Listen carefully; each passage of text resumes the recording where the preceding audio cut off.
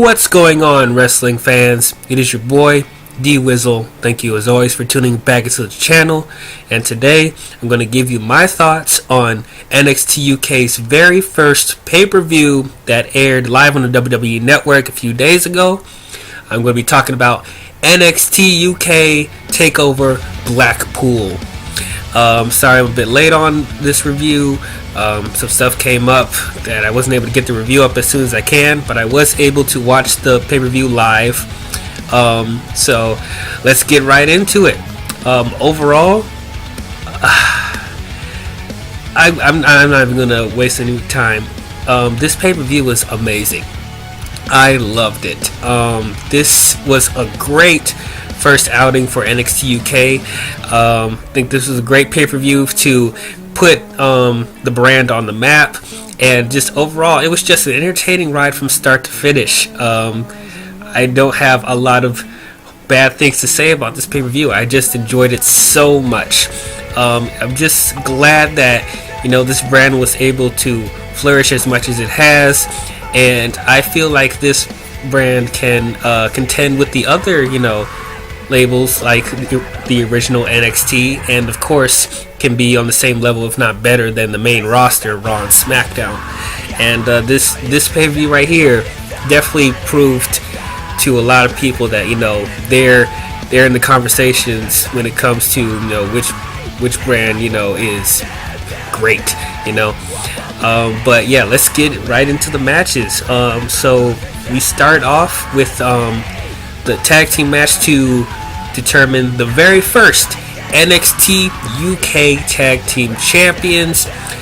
First, I gotta say the tag titles that they debuted, I gotta say those titles look amazing. I love how the tag team titles look. Overall, the championships for NXT UK, I think, are the best looking championships out of all the brands in WWE, and even say some of my favorite championships I've seen in wrestling in a long time. But overall, yeah, I just love those titles. But you have Mustache Mountain, you have Trent Seven and Tyler Bate up against the tag team of Zach Gibson and James Drake. Now, Mustache Mountain, I am a big fan of Mustache Mountain. They're one of my favorite tag teams in WWE right now. I just love their dynamic. I love their entrance. I just love the chemistry between the two. When it comes to Zach Gibson and James Drake, I didn't really see them as a tag team at first. Especially because Zach Gibson was just a really good singles heel, so I didn't really want to see him go after the tag team titles necessarily. And James Drake, I think he's really good, though I don't know, he doesn't have that much of a character for me yet, but he is a really good wrestler, so I guess those two as a tag team I think would be pretty good, I guess. So I was interested to see how they would do, and they definitely proved me wrong. James and Zach, they are such a good tag team. They work so well off of each other, a lot better than I thought. Which just made the match 10 times better. This match almost stole the show for me, and it's the first match on the pay-per-view. But yeah, just like this match was just so great. It was such an awesome back and forth match. Just the way the teams are working off of each other, I just think that it's just great. It's just, I wish this is the stuff that they did on the main roster. This is what tag team wrestling is about. And honestly, I didn't know where this match was going to go. Even though I love Mustache Mountain, I didn't really expect them to win the tag team titles here, because they already won the NXT tag team titles a while ago. So I think they want to give more spotlight to other tag teams. So but yeah, there was a couple of spots in this match where I thought it could have went either way. You obviously had some awesome moments like Tyler Bate doing his fireman's carry spinner-rooney, carrying both James Drake and Zach Gibson. I thought that was awesome. Tyler is such an athletic wrestler. Just like, he just such amazing things in the ring, from his flips and his him ricocheting off off the ropes and stuff like that. He's just such a great wrestler. You know, it's entertaining to watch him. And Trent Seven compliments him very much. You know, he's much more he's much more of a veteran wrestler, and he's more of a ground and pound type of wrestler. So they're good, you know, opposites that work together. Also with James and Zach, like, they're really good. They do really good tag team combinations. I didn't expect that from either of them, but they really are a solid tag team. They're doing moves that reminds me of stuff that, you know, that the Revival does, or what the Bar or the Usos do. Like, they're really that good. There was this one move where Zach Gibson did a cutter, and then Drake did like a 450 splash. That was just awesome. And then Zach carrying Tyler on his shoulders, and then Drake was about to do like a jump off the top rope and stuff like that. That stuff was awesome. But at the end, Zach Gibson and James Drake won the tag team titles. Like I said, I'm not mad at that. I think you should give more attention to the other tag teams. Even though I love Mustache Mountain, but, you know, they need to establish their tag teams, you know, really well. And I think James and Zach will have a good run with the titles. I think eventually we'll see Mustache Mountain with them, but, you know, I think Zach and James will do a good job. Next match, we have Travis Banks versus Jordan Devlin, or so we thought, because before the show started, Jordan Devlin attacked Banks from behind and almost injured his leg, and so there was some questioning to whether or not Banks could compete. And so when Banks was doing his entrance, and then Devlin came out for his entrance, Banks went and assaulted him like on the ramp, and then that didn't turn out well for Banks because Devlin got the better of him and injured his leg even more on the steel steps, and so Banks was not able to compete. And so Devlin was just taunting in the ring, being like, "I'm the best Irish wrestler," and all that. No one can beat me. But then it turns out that there was a plan all along in case Devlin attacked Banks to the point that he wouldn't compete. They got a replacement, and that replacement was Finn Balor. Devlin's mentor came to fight him, and I literally got out of my seat when I saw Finn Balor. It was, oh my gosh, I was so excited. I can't believe Finn Balor is back at NXT competing in a match. That was awesome. I loved it. And, you know, Finn felt like he was home, you know. If you guys have followed my other wrestling videos, you guys know I'm a huge fan of Finn Balor, and I just wish that he was given more due on the main roster. It's not the worst stuff that he's given, but I know that he deserves a lot better. But I'm just glad to see him in NXT, where, you know, the crowd was just loving it, you know.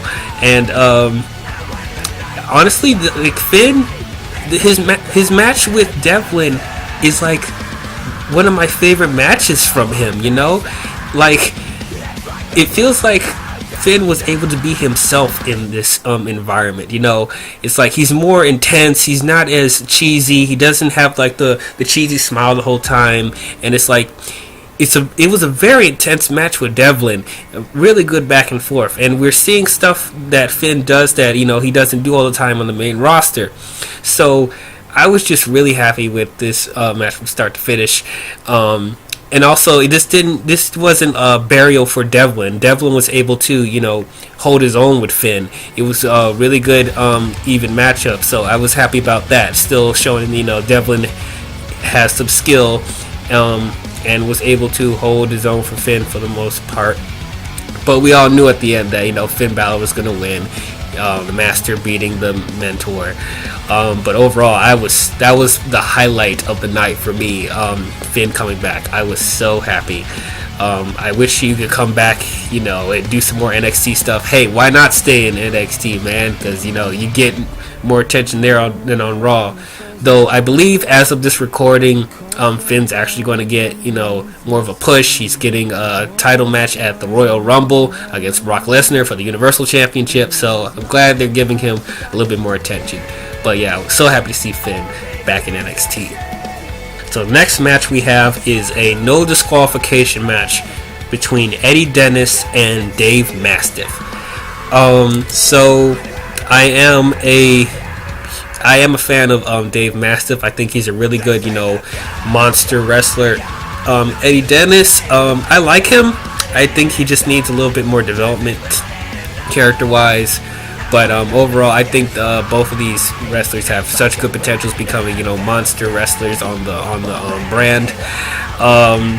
So, of course, you had the typical setup of, Mastiff had this undefeated streak on NXT UK, and then when Eddie came and debuted, Mastiff beat him, and because Eddie had an undefeated streak also when he came to UK, and then when he fought Mastiff the first time, Mastiff beat him, and so I guess this is like a redemption for Eddie to get one on Mastiff, and then creating this into a no disqualification match will make it even more exciting, monster against monster.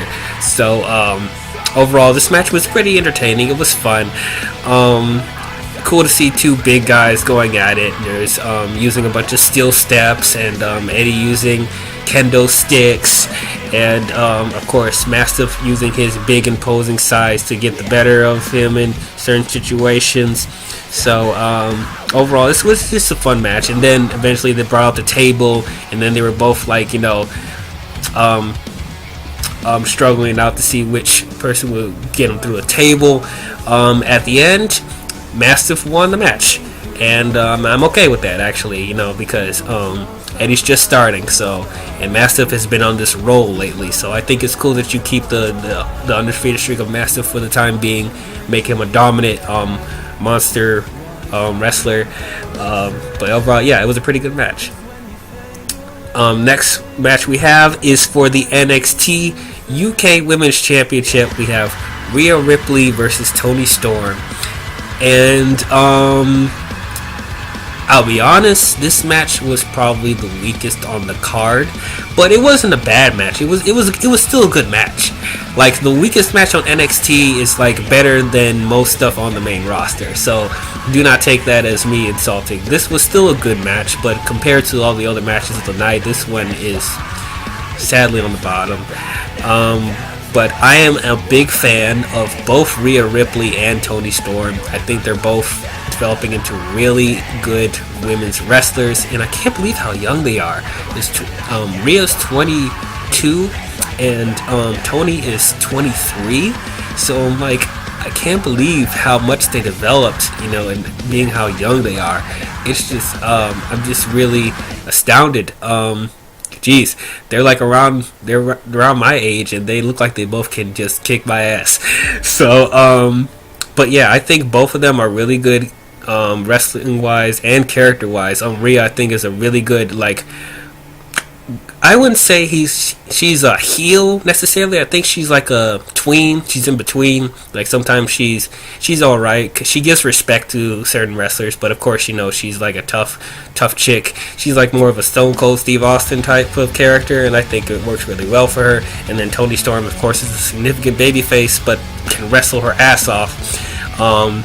So apparently, there was some controversy on social media with Toni. I don't know all the details about it, and I guess they were incorporating that into the storyline, I guess, be like a redemption story for Toni, and I thought that stuff worked pretty well for the most part, even though I didn't know fully what was going on. I don't really even care to look it up because it's in the past. She's trying to move on from that, so I'm glad she's able to overcome whatever was happening on social media, because we all know social media can be a very mean place, very dark, mean place. I know myself. I'm a YouTuber, for goodness sake. But yeah. But overall, I thought it was a solid showing for Rhea and Toni. They both were giving it the best that they could. The chemistry could be a lot better. There were some botches here and there, but it wasn't too bad. Like the stuff I've seen on the main roster with the women, they were able to recover really quickly. But pretty good matchup. It was a nice back and forth, and at the end, Toni Storm ended up winning the UK Championship. Honestly, this is another one of those matches where I wasn't disappointed either way. Like, I could have been okay with Rhea defending her title or Toni getting the title. It wouldn't have mattered to me. Though personally, I think Rhea could have had more time to build as a champion, I guess, because I feel like her reign wasn't that long. But I knew that in the back of my mind, they probably wanted to give the championship to Toni because of all that she's done. She's won the Mae Young Classic, and all of her other matches on the original NXT, and she's just become a huge name on the indies and all over the world. So it's like, I feel like eventually they were going to give her the title, and I guess it was here. So I'm okay with that. Also, I'm glad Toni was able to win the championship. So next match we have is the main event. It is Pete Dunne versus Joe Coffey for the WWE UK Championship, and this match was insane. I'm a fan of Joe Coffey. I liked him when he debuted in the UK Championship tournament that happened a couple months ago, and I like the stable that he has with Wolfgang and his brother. I think they'll become a really good heel stable.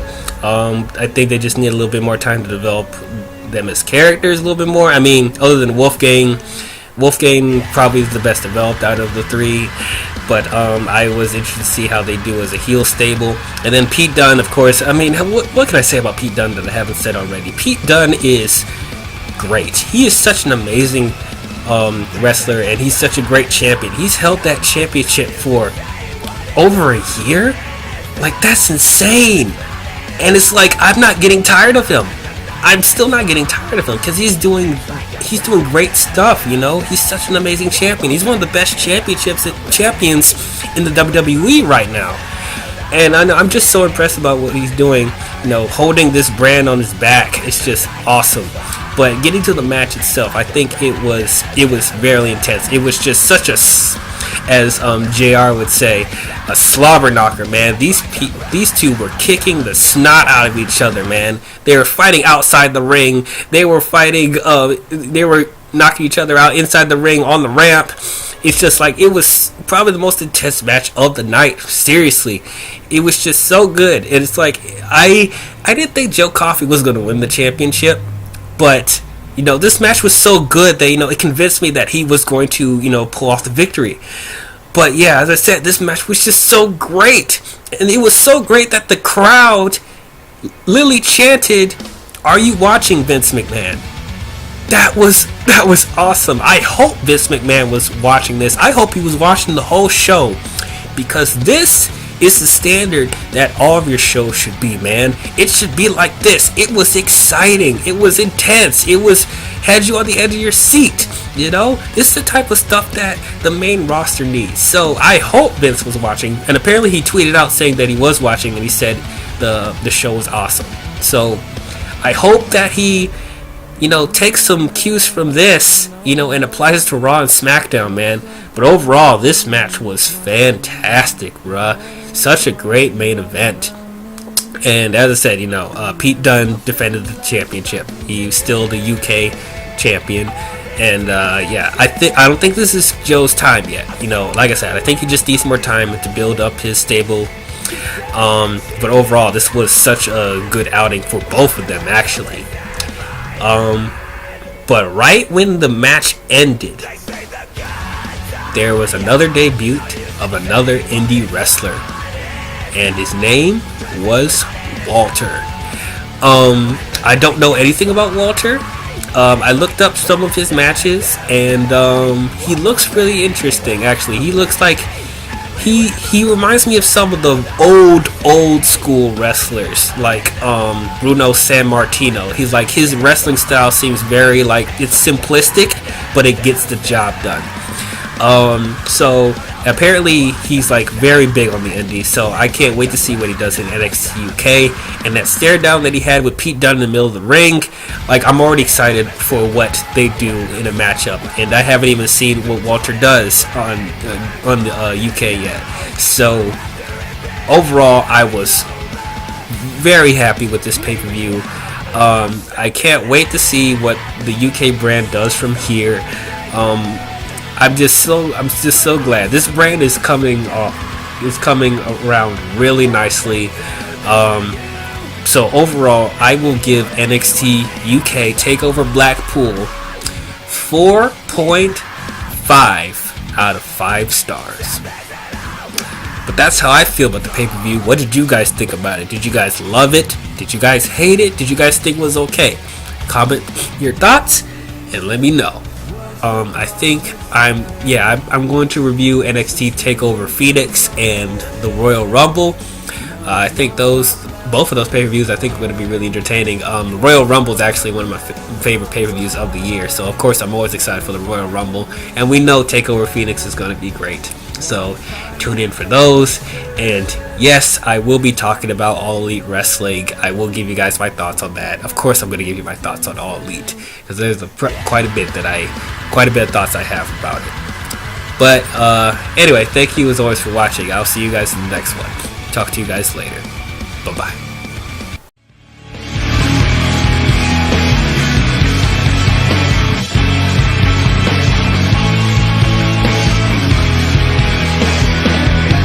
I used to think this was perfect, wish it